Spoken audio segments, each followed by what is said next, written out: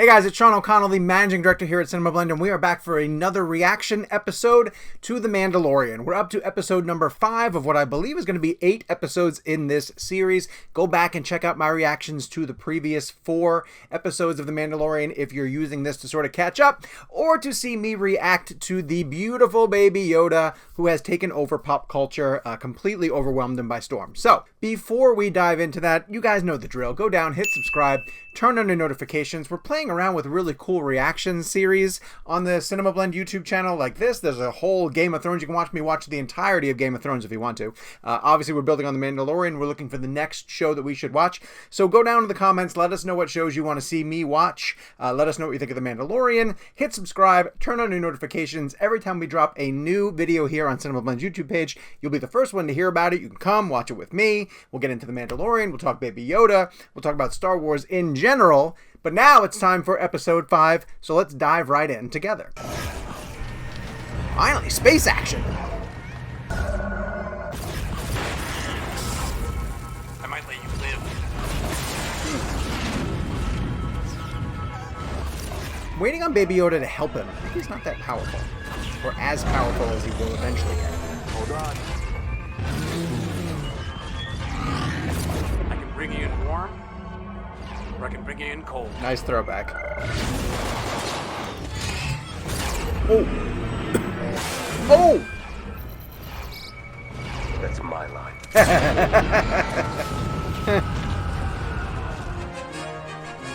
Cool.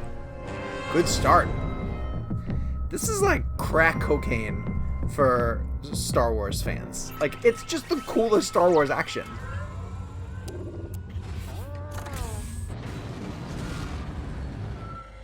This is Mos Eisley Tower. We are tracking you. Head for Ooh. Bay 3-5. Over. Copy that. What? Locked in for 3-5. Mos Eisley Tower.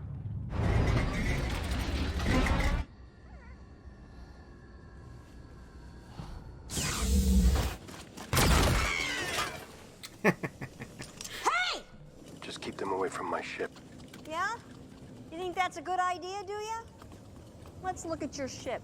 If I didn't know better, I'd think you were in a shootout.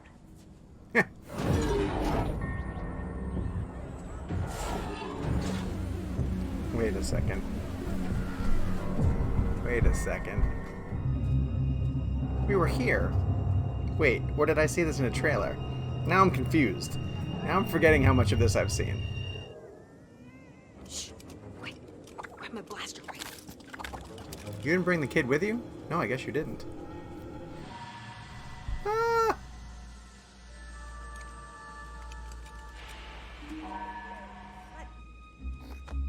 Pele, take a good look at you. You be nice to him, Rhea Perlman. Did that bounty hunter leave you all alone in that big nasty ship? Okay, fetch us something to eat. Quick! I don't know. Something with bones in it. Bone stew! Oh, bone broth? Now here's the plan. I am going to look after you until the Mandalorian gets back. And then I'm going to charge him extra for watching you. You see how that works? Yeah? Bright eyes? You keep your hands off of him! What?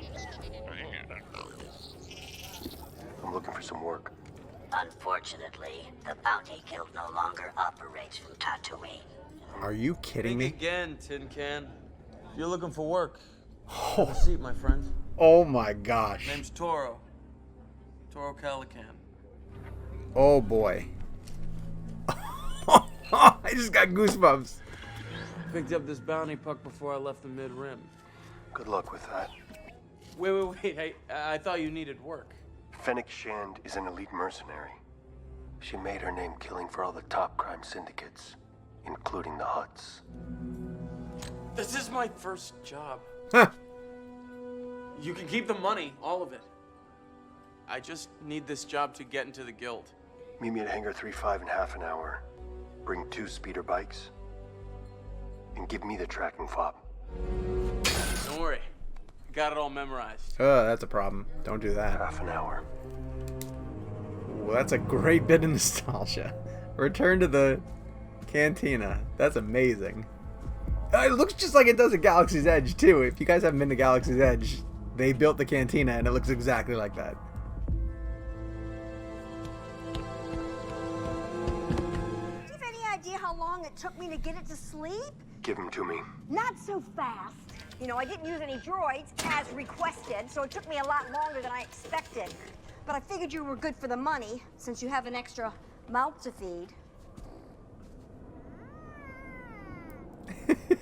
Thank you. Oh. Ma'am?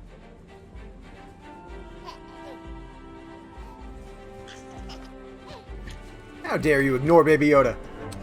Whoever patents the speeder bike and releases it to the mainstream will make $1 bazillion.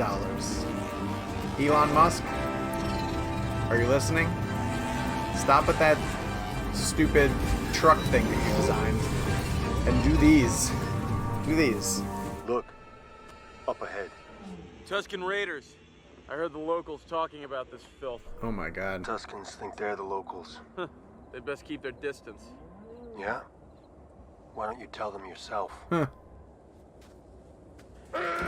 Yee! What are you doing? Negotiating. Let me see the binocs. Why? Hey, what? Those were brand new. Yeah, they were. Oh my gosh. These are awesome. These episodes are awesome. Is that her? Is that the target? I don't know. I'll go. Oh boy. Dragged behind. It's another bounty hunter. Hey, I hope you don't plan on keeping all that stuff for yourself. Can I at least have that blaster? Get down! Ooh. Commando! Are you alright? Yeah. Hit me in the Beskar. And at that range, Beskar held up. Wait, I don't wear any Beskar. Nope. So what do we do? We're gonna wait until dark. Sleep on the job, old man. You done? Yep. Yeah, I was just, Right as fast as you can. Towards those rocks. It's a flash charge. We alternate shots. It'll blind any scope temporarily.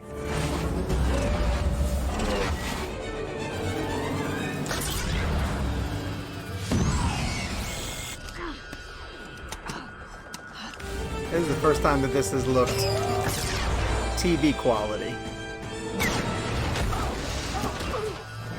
It's fine. I get it. It's a TV show. Keep moving. Not so fast, Fennec.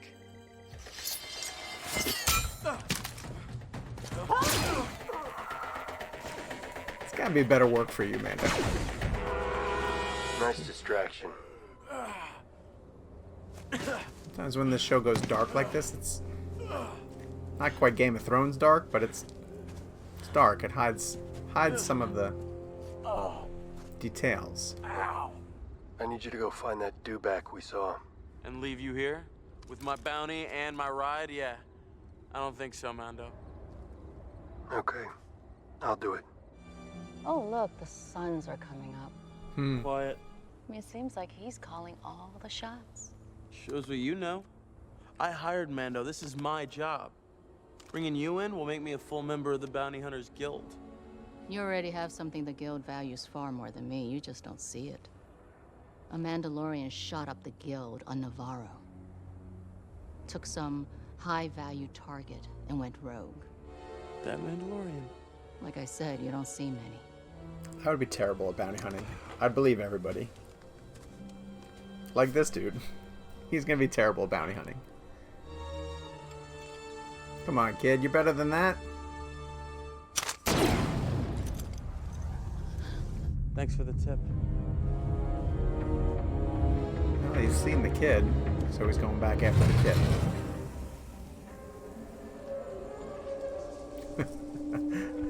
And you got your slow-ass ride.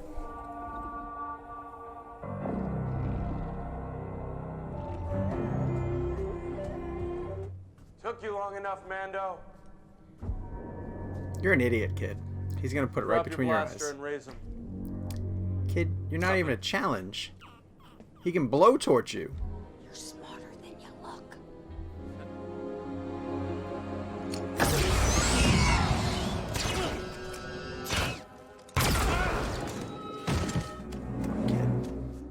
Where is it?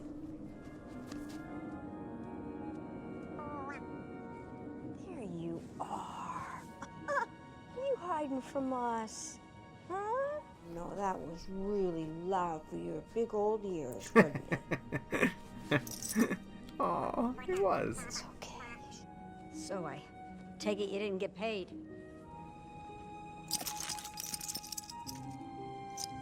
That cover me? Yeah, it's gonna cover you.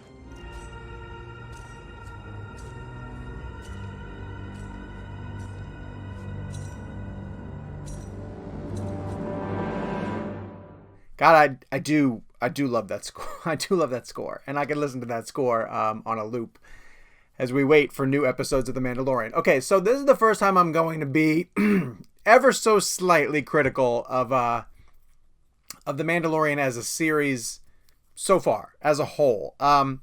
It's falling into a little bit of a pattern of these, and again, I have to remind myself, and it's episodic television, week to week adventure, and they're not connected per se beyond the presence of Mando and the kid, and that's fine to a certain extent. But I mentioned at the end of the most recent reaction, last week's reaction, that we're past the halfway point of the season now, and I want them to start developing whatever the bigger story is, right? Like, what did they want the kid for? How does Baby Yoda factor in? What is Mando's goal here beyond staying ahead of the guild that's coming after him and the various fobs that are put out for him as a bounty and a bounty hunter? That didn't happen yet, really, in this most latest episode titled The Gunslinger. Let's stop for a second and talk about what the title The Gunslinger means to me. Obviously the nods to the Western roots of the things that are inspiring Jon Favreau and Dave Filoni as they're putting this series together. You call something the Gunslinger, and it comes with a certain connotation with Westerns, and even people are talking about samurai stories that inspired Westerns, that they sort of play off of each other, and The Mandalorian is drawing so closely from all of that, with last week being a Seven Samurai rip, basically. But The Gunslinger, to me, also as a diehard fanatic of Stephen King, calls to mind the character from The Dark Tower, Roland the Gunslinger, who is forced essentially to wander solo through this celestial world, this enchanted world, chasing after a goal. He wants to reach the Dark Tower, and it's a matter of whether or not he's finally going to be able to get to it and the different things he has to go along the way. Now, if you're telling me that The Mandalorian is essentially their version of the Dark Tower, but in the Star Wars universe, I'm beyond sold. But I don't think that the reach of The Mandalorian is quite as epic as what Stephen King accomplished in the Dark Tower books. Not yet, anyway. It is living up to its reputation as being a television series, and a really good television series at that. The catch of this is that when it started, it was mirroring the early OG Star Wars movies, the movies themselves, and it had a cinematic quality to it that they invested in the first two episodes. This is the first one, and I mentioned it during the reaction, that felt TV quality, right? And again, is that really a knock on what is supposed to be a television show? So it should start to fall in line, I guess, with a TV series. Although, with the way that the HBOs of the world and the Showtimes and the Game of Thrones and the Watchmen's and everything, they're like single serving, standalone feature length movies in and of themselves, and they look like it. This was the first episode of The Mandalorian that didn't quite feel like a movie paired episode. It felt like TV. And again, it is TV, and I have to keep reminding myself that.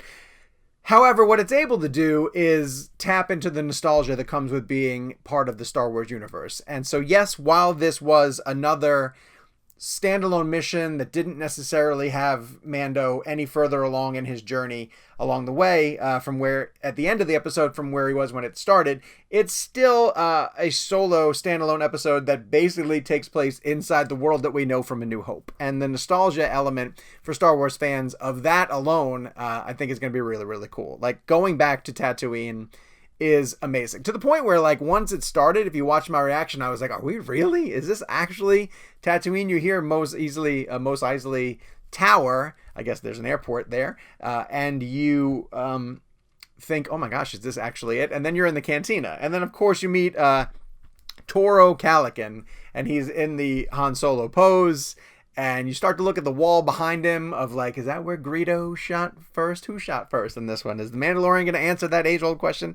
And they don't. And you get other things that come from the New Hope universe. Tusken Raiders, obviously, the Dewback, just great little nods. In a way that kind of, when we saw the Jawas, it was like, oh my gosh, we're really back into that world. And that's what Filoni does. That's what Favreau is able to do. But really, Dave Filoni being the caretaker of all things Star Wars, essentially, and the way that he's explored these worlds in Rebels and Clone Wars, and the way that he's doing it now in Mandalorian, there's a geek charge to that. Like, there really is that nostalgic tinge. You know, in classic Filoni fashion, he does tease another character who arrives at Fennec in the desert.